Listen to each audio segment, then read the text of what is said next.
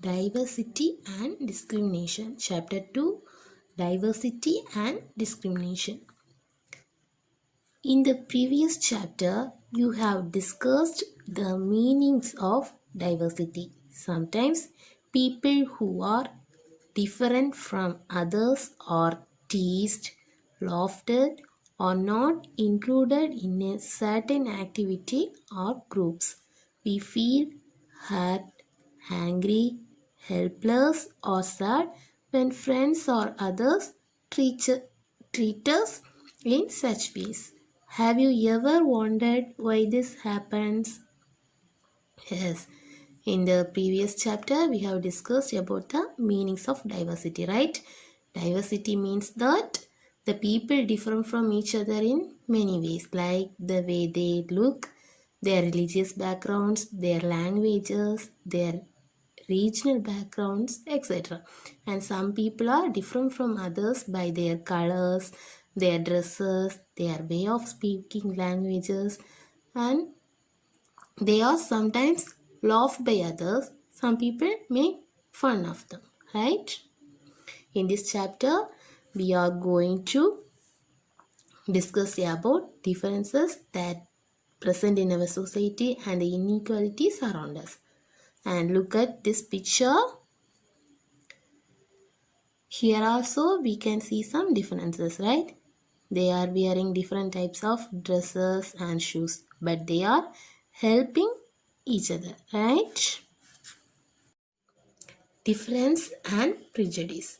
There are many things that make us what we are, how we live, the languages we speak, what we eat, wear, the games we play, and the things we celebrate. All of these are influenced both by the geography and history of the place where we live.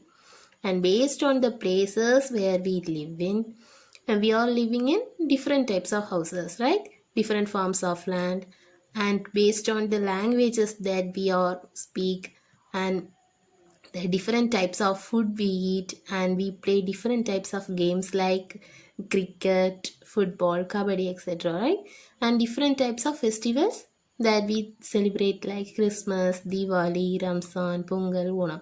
Based on these things, we are identified by others. Mostly these things are depends on geography and history of the place where we live. Based on the climatic conditions which we live, we wear different types of dresses. The people who are living in the coolest places, they wear woolen dresses, right? The people who are living in the hottest places, they wear cotton dresses, right? By the influence of our ancestors, we follow the religion and we follow some cultural values. We follow the languages of our mother, and we always follow our elders and the people in our society, right? These are some of the differences that are changes from others, and you will get an idea of how diverse India is if you look even briefly at the following statement. There are 8 major religions in the world. Every single one of them is practiced in India. We have more than 1600 languages that are people's mother tongues, and there are more than 100 dance forms. India has so many diversities, right? In India, people speak 1600 languages, and people have more than 100 dance forms. We have different types of food. We celebrate different festivals. So that we say that India is a diversity country, right? We are always following these types of diversity in our country. And yet this diversity is not always celebrated. This is because we feel safe, secure with people who look, talk, dress, and think like us. Sometimes when we meet people who are very different from us, we may find them strange and unfamiliar. At times, we may not understand or know the reasons why they are different from us, and people also form certain attitudes and opinions about others who are not like them. And we are always prefer to speak with person who are same like us, right?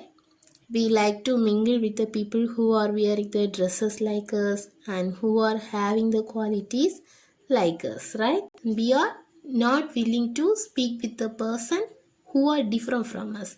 When we see the people who are different from us, first we frame some negative opinion on them. For example, if a person from other region or other country coming in front of us, we are not feel comfortable, we are not willing to speak to them, and sometimes we make fun of their dressing styles, their languages and their color, etc. We have to change the character of framing negative opinion about others without knowing about their backgrounds. Okay, some of these statements see villagers as ignorant and see people in cities as money-minded and lazy.